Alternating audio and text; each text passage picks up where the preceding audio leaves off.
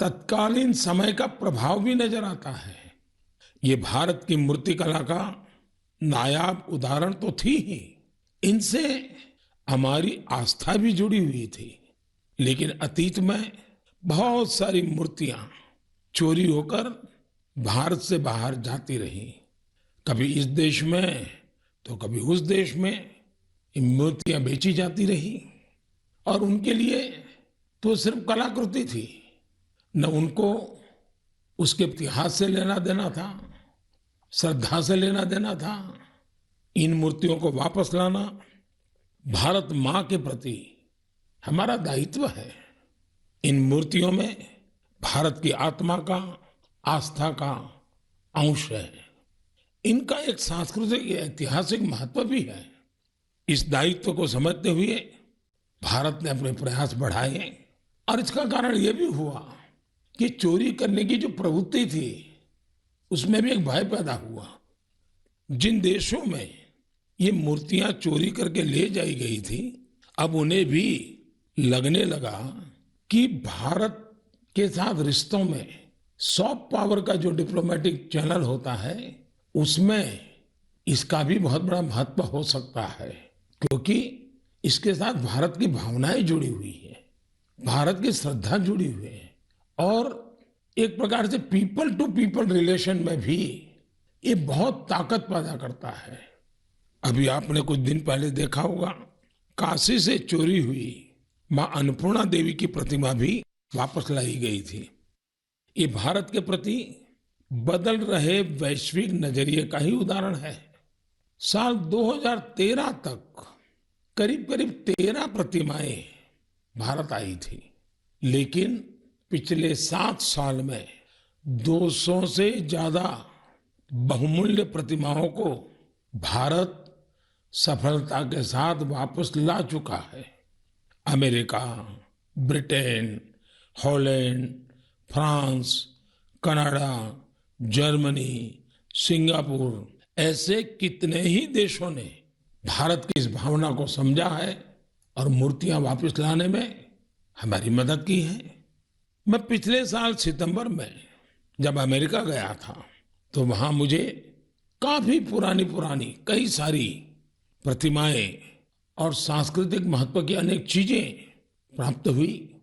देश की जब कोई बहुमूल्य धरोहर वापस मिलती है तो स्वाभाविक है इतिहास में श्रद्धा रखने वाले, आर्कियोलॉजी में श्रद्धा रखने वाले, आस्था और संस्कृति के साथ जुड़े हुए लोग और एक हिंदुस्तानी के नाते हम सबको संतोष मिलना बहुत स्वाभाविक है।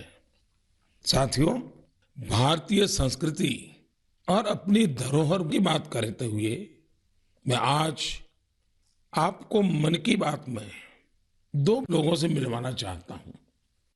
इन दिनों फेसबुक, ट्विटर और इंस्टाग्राम पर तंजानिया के 2 भाई बहन किली पॉल और उनकी बहन नीमा ये बहुत चर्चा में है और मुझे पक्का भरोसा है आपने भी उनके बारे में जरूर सुना होगा।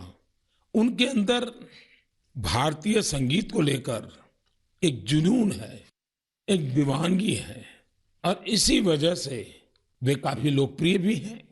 लिप सिंक के उनके तरीके से पता चलता है कि इसके लिए वे कितनी ज्यादा मेहनत करते हैं। हाल ही में गणतंत्र दिवस के अवसर पर हमारा राष्ट्रगान जन गण मन गाते हुए उनका वीडियो खूब वायरल हुआ था। कुछ दिन पहले उन्होंने लता दीदी का एक गाना गाकर उनको भी भावपूर्ण श्रद्धांजलि भी दी थी। मैं इस अद्भुत क्रिएटिविटी के लिए इन दोनों भाई बहन किली और नीमा उनकी बहुत सराहना करता हूं। कुछ दिन पहले तंजानिया में भारतीय दूतावास में इन्हें सम्मानित भी किया गया है। भारतीय संगीत का जादू ही कुछ ऐसा है जो सबको मोह लेता है। मुझे याद है कुछ वर्ष पहले दुनिया के 150 से ज्यादा देशों के गायकों, संगीतकारों ने अपने अपने देश में अपनी अपनी वेशभूषा में पूज्य बापू का प्रिय, महात्मा गांधी का प्रिय भजन वैष्णव भजन गाने का सफल प्रयोग किया था।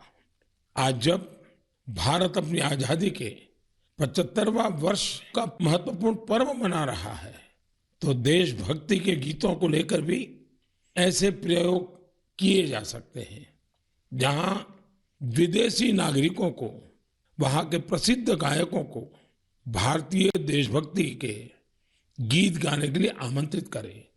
इतना ही नहीं, अगर तंजानिया में किली और नीमा भारत के गीतों को इस प्रकार से लिप सिंक कर सकते हैं, तो क्या मेरे देश में, हमारे देश की कई भाषाओं में कई प्रकार के गीत हैं, क्या हम कोई गुजराती बच्चे तमिल गीत पर करें, कोई केरल के बच्चे असमिया गीत पर करें, कोई कन्नड़ बच्चे जम्मू कश्मीर के गीतों पर करें? एक ऐसा माहौल बना सकते हैं हम, जिसमें एक भारत श्रेष्ठ भारत हम अनुभव कर सकेंगे।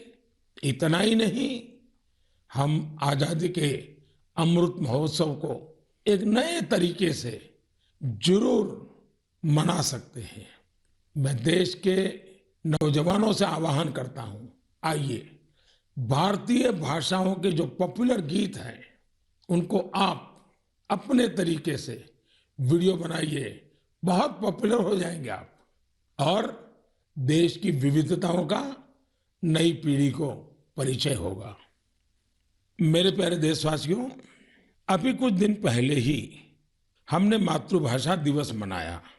जो विद्वान लोग हैं, वो मातृभाषा शब्द कहाँ से आया, इसकी उत्पत्ति कैसे हुई, इसे लेकर बहुत एकेडमिक इनपुट दे सकते हैं। मैं तो मातृभाषा के लिए यही कहूंगा कि जैसे हमारे जीवन को हमारी माँ गढ़ती है, वैसे ही मातृभाषा भी हमारे जीवन को गढ़ती है। माँ और मातृभाषा दोनों मिलकर जीवन की फाउंडेशन को मजबूत बनाते हैं, चिरंजीव बनाते हैं। जैसे हम अपनी माँ को नहीं छोड़ सकते, वैसे ही अपनी मातृभाषा को भी नहीं छोड़ सकते। मुझे बरसों पहले की एक बात याद है। जब मुझे अमेरिका जाना हुआ, तो अलग अलग परिवारों में जाने का मौका मिलता था कि एक बार मेरा एक तेलुगु परिवार में जाना हुआ, और मुझे एक बहुत खुशी का दृश्य वहां देखने को मिला। उन्होंने मुझे बताया कि हम लोगों ने परिवार में नियम बनाया है कि कितना ही काम क्यों न हो, लेकिन अगर हम शहर के बाहर नहीं है, तो परिवार के सभी सदस्य डिनर टेबल पे बैठ के साथ में लेंगे। और दूसरा, डिनर के टेबल पे कंपलसरी हर कोई तेलुगु भाषा में ही बोलेगा। जो बच्चे वहां पैदा हुए थे, उनके लिए भी ये नियम था। अपनी मातृभाषा के प्रति ये प्रेम देखकर इस परिवार से मैं बहुत प्रभावित हुआ था। साथियों, आजादी के 75 साल बाद भी कुछ लोग ऐसे मानसिक द्वंद में जी रहे हैं, जिसके कारण उन्हें अपनी भाषा, अपने पहनावे, अपने खान पान को लेकर एक संकोच होता है, जबकि विश्व में कहीं और ऐसा नहीं है। हमारी मातृभाषा है, हमें उसे गर्व के साथ बोलना चाहिए।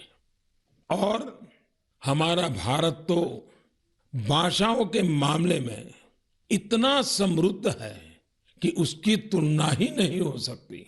हमारी भाषाओं की सबसे बड़ी खूबसूरती ये है कि कश्मीर से कन्याकुमारी तक, कच्छ से कोहिमा तक सैकड़ों भाषाएं, हजारों बोलियां एक दूसरे से अलग, लेकिन एक दूसरे में रची बसी हुई है। भाषा अनेक, भाव एक। सदियों से हमारी भाषाएं एक दूसरे से सीखते हुए खुद को परिष्कृत करते रही है, एक दूसरे का विकास कर रही है। भारत में विश्व की सबसे पुरानी भाषा तमिल है और इस बात का हर भारतीय को गर्व होना चाहिए कि दुनिया की इतनी बड़ी विरासत हमारे पास है। उसी प्रकार से जितने पुराने धर्मशास्त्र हैं उसकी अभिव्यक्ति भी हमारी संस्कृत भाषा में है। भारत के लोग करीब 121 यानी हमें गर्व होगा 121 प्रकार की मातृभाषाओं से जुड़े हुए हैं और इनमें 14 भाषाएं तो ऐसी हैं जो 1 करोड़ से भी ज्यादा लोग रोजमर्रा की जिंदगी में बोलते हैं। यानी जितनी कई यूरोपियन देशों की कुल जनसंख्या नहीं है उससे ज्यादा लोग हमारे यहाँ अलग अलग 14 भाषाओं से जुड़े हुए हैं। साल 2019 में हिंदी दुनिया की सबसे ज्यादा बोली जाने वाली भाषाओं में तीसरे क्रमांक पर थी। इस बात का भी हर भारतीय को गर्व होना चाहिए। भाषा केवल अभिव्यक्ति का ही माध्यम नहीं है बल्कि भाषा समाज की संस्कृति और विरासत को भी सहेजने का काम करती है। अपनी भाषा की विरासत को सहेजने का ऐसा ही काम सूरीनाम में सुरजन परोही जी कर रहे हैं। इस महीने की 2 तारीख को वो 84 वर्ष के हुए हैं। उनके पूर्वज भी बरसों पहले हजारों श्रमिकों के साथ रोजी रोटी के लिए सूरीनाम गए थे। सुरजन परोही जी हिंदी में बहुत अच्छी कविता लिखते हैं। वहां के राष्ट्रीय कवियों में उनका नाम लिया जाता है। यानी आज भी उनके दिल में हिंदुस्तान धड़कता है। उनके कार्यों में हिंदुस्तानी मिट्टी की महक है। सूरीनाम के लोगों ने सुरजन परोही जी के नाम पर एक संग्रहालय भी बनाया है। मेरे लिए ये बहुत सुखद है कि साल 2015 में मुझे उन्हें सम्मानित करने का अवसर मिला था। साथियों, आज के दिन यानी 27 फरवरी को मराठी भाषा गौरव दिवस भी है। सर्व मराठी बंधू भगिनींना मराठी भाषा दिनाच्या हार्दिक शुभेच्छा। ये दिन मराठी कविराज विष्णु वामन शिरवाडकर जी, श्रीमान कुसुमाग्रज जी को समर्पित है। आज ही कुसुमाग्रज जी की जन्म जयंती भी है। कुसुमाग्रज जी ने मराठी में कविताएं लिखी, अनेकों नाटक लिखे, मराठी साहित्य को नई ऊंचाई दी। साथियों, हमारे यहाँ भाषा की अपनी खूबियां हैं। मातृभाषा का अपना विज्ञान है। इस विज्ञान को समझते हुए ही राष्ट्रीय शिक्षा नीति में स्थानीय भाषा में पढ़ाई पर जोर दिया गया है। हमारे प्रोफेशनल कोर्सेज भी स्थानीय भाषा में पढ़ाए जाए, इसका प्रयास हो रहा है। आजादी के अमृतकाल में इस प्रयासों को हम सब ने मिलकर के बहुत गति देनी चाहिए। ये स्वाभिमान का काम है। मैं चाहूंगा आप जो भी मातृभाषा बोलते हैं उसकी खूबियों के बारे में अवश्य जानें और कुछ न कुछ लिखें। साथियों, कुछ दिनों पहले मेरी मुलाकात मेरे मित्र और केन्या के पूर्व प्रधानमंत्री राइला ओडिंगा जी से हुई थी। ये मुलाकात दिलचस्प तो थी ही, लेकिन बहुत भावुक थी। हम बहुत अच्छे मित्र रहे तो खुल करके काफी बातें भी कर लेते हैं। जब हम दोनों बातें कर रहे थे तो ओडिंगा जी ने अपनी बिटिया के बारे में बताया। उनकी बेटी रोजमेरी को ब्रेन ट्यूमर हो गया था और इस वजह से उन्हें अपनी बिटिया की सर्जरी करानी पड़ी थी। लेकिन उसका एक दुष्परिणाम यह हुआ कि रोजमेरी की आंखों की रोशनी करीब करीब चली गई। दिखाई देना ही बंद हो गया। अब आप कल्पना कर सकते हैं उस बेटी का क्या हाल हुआ होगा, और एक पिता की स्थिति का भी हम अंदाज लगा सकते हैं, उनकी भावनाओं को समझ सकते हैं। उन्होंने दुनिया भर के अस्पतालों में, कोई भी दुनिया का बड़ा देश ऐसा नहीं होगा कि जहां उन्होंने बेटी के इलाज के लिए भरपूर कोशिश न की हो। दुनिया के बड़े बड़े देश छान मारे हैं, लेकिन कोई सफलता नहीं मिली, और एक प्रकार से सारी आशाएं छोड़ दी। पूरे घर में एक निराशा का वातावरण बन गया। इतने में किसी ने उनको भारत में आयुर्वेद के इलाज के लिए आने के लिए सुझाव दिया। अब वो बहुत कुछ कर चुके थे, थक भी चुके थे, फिर भी उनको लगा कि चलो भाई एक बार ट्राई करें क्या होता है। वे भारत आए, केरला के एक आयुर्वेदिक अस्पताल में अपनी बेटी का इलाज करवाना शुरू किया। काफी समय बेटी यहाँ रही। आयुर्वेद के इस इलाज का असर ये हुआ कि रोज मेरी की आंखों की रोशनी काफी हद तक वापस लौट आई। आप कल्पना कर सकते हैं कि जैसे एक नया जीवन मिल गया, और रोशनी तो रोजमर्रा के जीवन में आई, लेकिन पूरे परिवार में एक नई रोशनी, नई जिंदगी आ गई। और ओडिंगा जी इतने भावुक होकर के बात मुझे बता रहे थे कि उनकी इच्छा है कि भारत के जो आयुर्वेद का ज्ञान है, विज्ञान है, वो केन्या में ले जाए। जिस प्रकार के प्लांट्स इसमें काम आते हैं, उन प्लांट की खेती करेंगे और इसका लाभ अधिक लोगों को मिले, इसके लिए वो पूरा प्रयास करेंगे। मेरे लिए बहुत खुशी की बात है कि हमारी धरती और परंपरा से किसी के जीवन से इतना बड़ा कष्ट दूर हुआ। और ये सुनकर के आपको भी खुशी होगी। कौन भारतवासी होगा जिसको इसका गर्व न हो। हम सभी जानते हैं कि ओडिंगा जी ही नहीं, बल्कि दुनिया के लाखों लोग आयुर्वेद से ऐसे ही लाभ उठा रहे हैं। ब्रिटेन के प्रिंस चार्ल्स भी आयुर्वेद के बहुत बड़े प्रशंसकों में से एक है। जब भी मेरी उनसे मुलाकात होती है, वो आयुर्वेद का जिक्र जरूर करते हैं। उन्हें भारत के कई आयुर्वेदिक संस्थाओं की जानकारी भी है। साथियों, पिछले 7 वर्षों में देश में आयुर्वेद के प्रचार प्रसार पर बहुत ध्यान दिया गया है। आयुष मंत्रालय के गठन से चिकित्सा और स्वास्थ्य से जुड़े हमारे पारंपरिक तरीकों को लोकप्रिय बनाने के संकल्प को और मजबूती मिली है। मुझे इस बात की बहुत खुशी है कि पिछले कुछ समय में आयुर्वेद के क्षेत्र में भी कई नए स्टार्टअप सामने आए हैं। इसी महीने की शुरुआत में आयुष स्टार्टअप चैलेंज शुरू हुआ था। इस चैलेंज का लक्ष्य इस क्षेत्र में काम करने वाले स्टार्टअप्स को आइडेंटिफाई करके उन्हें सपोर्ट करना है। इस क्षेत्र में काम कर रहे युवाओं से मेरा आग्रह है कि वे इस चैलेंज में जरूर हिस्सा लें। साथियों, एक बार जब लोग मिलकर के कुछ करने की ठान ले तो वो अद्भुत चीजें कर जाते हैं।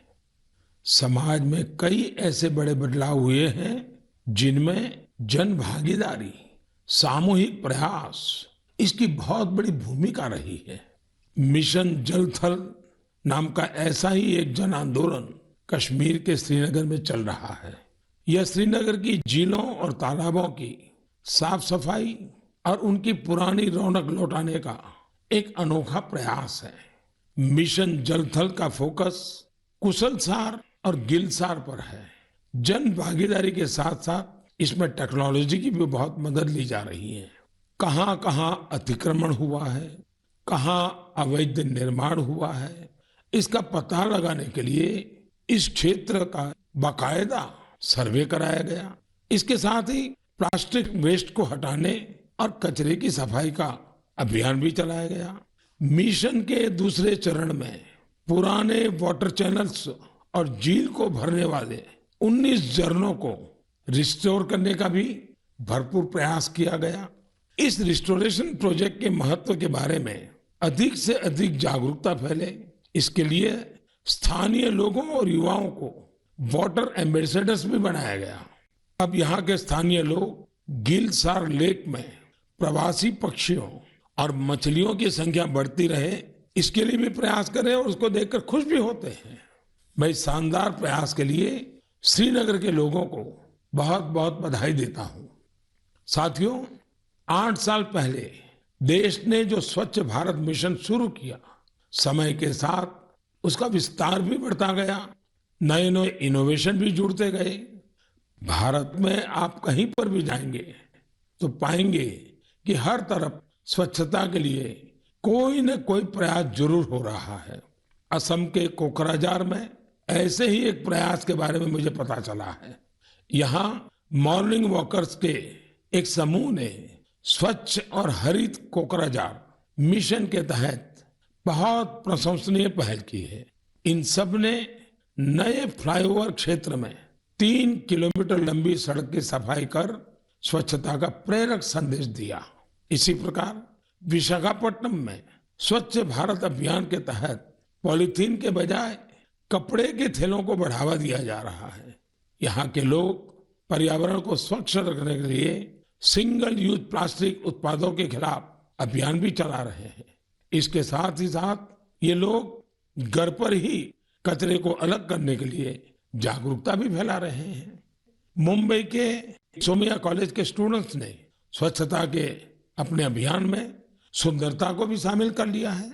इन्होंने कल्याण रेलवे स्टेशन की दीवारों को सुंदर पेंटिंग से सजाया है। राजस्थान के सवाई माधोपुर का भी प्रेरक उदाहरण मेरी जानकारी में आया है।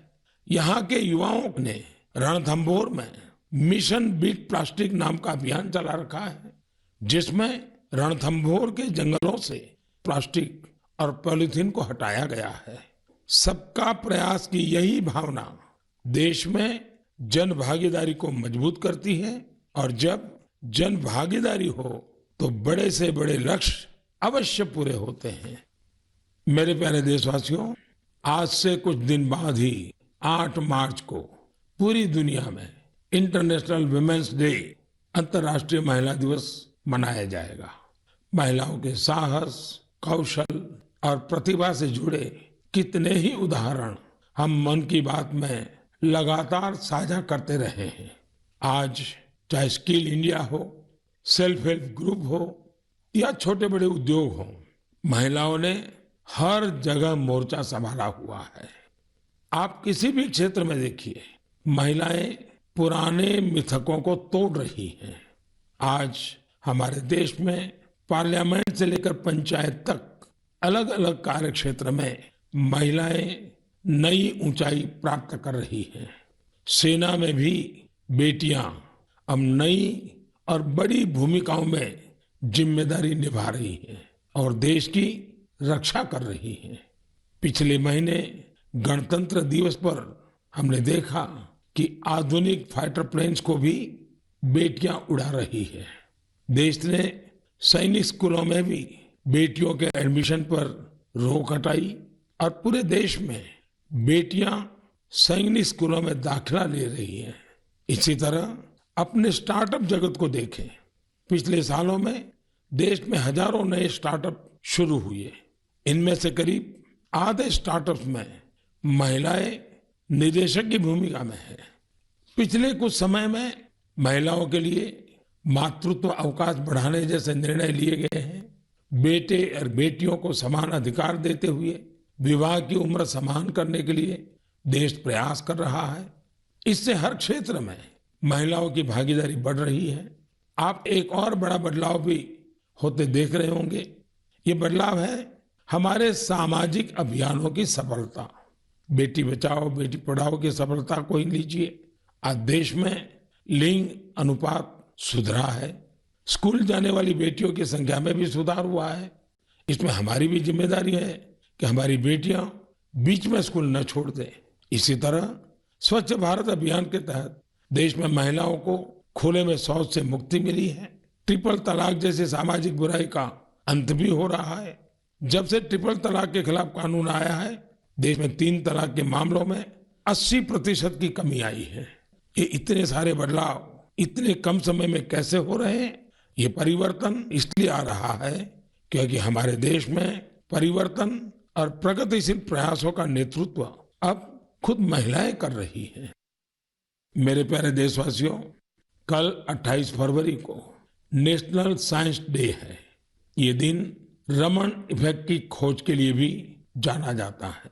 मैं सीवी रमन जी के साथ उन सभी वैज्ञानिकों को आदरपूर्वक श्रद्धांजलि देता हूं जिन्होंने हमारी साइंटिफिक जर्नी को समृद्ध बनाने में अपना महत्वपूर्ण योगदान दिया है। साथियों, हमारे जीवन में सुगमता और सरलता में टेक्नोलॉजी ने काफी जगह बना ली है।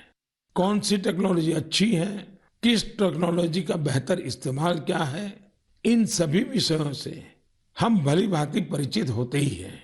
लेकिन ये भी सही है कि अपने परिवार के बच्चों को उस टेक्नोलॉजी का आधार क्या है, उसके पीछे की साइंस क्या है, इस तरफ हमारा ध्यान जाता ही नहीं है। इस साइंस डे पर मेरा सभी परिवारों से आग्रह है कि वो अपने बच्चों में साइंटिफिक टेम्परामेंट विकसित करने के लिए जरूर छोटे छोटे प्रयासों से शुरू कर सकते हैं।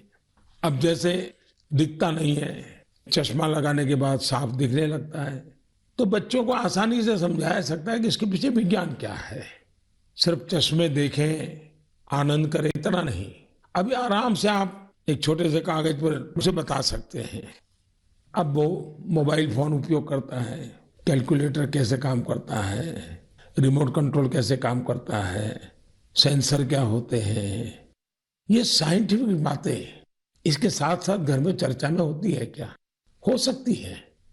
बड़े आराम से इन चीजों को घर की रोजमर्रा की जिंदगी के पीछे क्या साइंस की वो कौन सी बात है जो ये कर रही है, इसको समझा सकते हैं। उसी प्रकार से क्या कभी हमने बच्चों को लेकर के भी आसमान में एक साथ देखा है क्या? रात में तारों के बारे में जरूर बातें हुई हो, विभिन्न तरह के कॉन्स्टेलेशंस दिखाई देते हैं, उनके बारे में बताएं। ऐसा करके आप बच्चों में फिजिक्स और एस्ट्रोनॉमी के प्रति नया रुझान पैदा कर सकते हैं। आजकल तो बहुत सारी ऐप्स भी हैं जिससे आप तारों और ग्रहों को लोकेट कर सकते हैं, या जो तारा आसमान में दिख रहा है उसको पहचान सकते हैं, उसके बारे में जान भी सकते हैं। मैं अपने स्टार्टअप को भी कहूंगा कि आप अपने कौशल और साइंटिफिक कैरेक्टर का इस्तेमाल राष्ट्र निर्माण से जुड़े कार्यों में भी करें। ये देश के प्रति हमारी कलेक्टिव साइंटिफिक रिस्पॉन्सिबिलिटी भी है। जैसे आजकल मैं देख रहा हूं कि हमारे स्टार्टअप्स वर्चुअल रियलिटी की दुनिया में बहुत अच्छा काम कर रहे हैं। वर्चुअल क्लासेस के इस दौर में ऐसे ही एक वर्चुअल लैब बच्चों को ध्यान में रखते हुए बनाई जा सकती है। हम वर्चुअल रियलिटी के द्वारा बच्चों को घर में बैठे केमिस्ट्री की लैब का अनुभव भी करा सकते हैं। अपने शिक्षकों और अभिभावकों से मेरा आग्रह है कि आप सभी विद्यार्थियों एवं बच्चों को सवाल पूछने के लिए प्रोत्साहित करें और उनके साथ मिलजुल कर सवालों का सही जवाब तलाशें। आज मैं कोरोना के खिलाफ लड़ाई में भारतीय वैज्ञानिकों की भूमिका की भी सराहना करना चाहूंगा। उनके कड़े परिश्रम की वजह से he made in India vaccine का निर्माण संभव हो पाया, जिससे पूरी दुनिया को बहुत बड़ी मदद मिली है। साइंस का मानवता के लिए यही तो उपहार है। मेरे प्यारे देशवासियों, इस बार भी हमने अनेक विषयों पर चर्चा की। आने वाले मार्च के महीने में अनेक पर्व त्योहार आ रहे हैं। शिवरात्रि है और कुछ दिन बाद आप सब होली की तैयारी में जुट जाएंगे। होली हमें एक सूत्र में पिरोने वाला त्योहार है। इसमें अपने पराये, द्वेष विद्वेष, छोटे बड़े सारे भेद मिट जाते हैं। इसलिए कहते हैं, होली के रंगों से भी ज्यादा गाढ़ा रंग होली के प्रेम और सौहार्द का होता है। होली में गुजिया के साथ साथ रिश्तों की भी अनूठी मिठास होती है।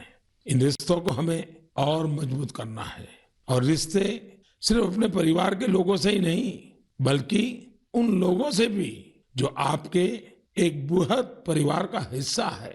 इसका सबसे महत्वपूर्ण तरीका भी आपको याद रखना है। ये तरीका है वोकल फॉर लोकल के साथ त्योहार मनाने का। आप त्योहारों पर स्थानीय उत्पादों की खरीदी करें, जिससे आपके आसपास रहने वाले लोगों के जीवन में भी रंग भरे, रंग रहे, उमंग रहे। हमारा देश जितनी सफलता से कोरोना के खिलाफ लड़ाई लड़ रहा है और आगे बढ़ रहा है, उससे त्योहारों में जोश भी कई गुना हो गया है। इसी जोश के साथ हमें अपने त्योहार मनाने हैं और साथ ही अपनी सावधानी भी बनाए रखनी है। मैं आप सभी को आने वाले पर्वों की ढेर सारी शुभकामनाएं देता हूं। मुझे हमेशा आपकी बातों का, आपके पत्रों का, आपके संदेशों का इंतजार रहेगा। बहुत बहुत धन्यवाद।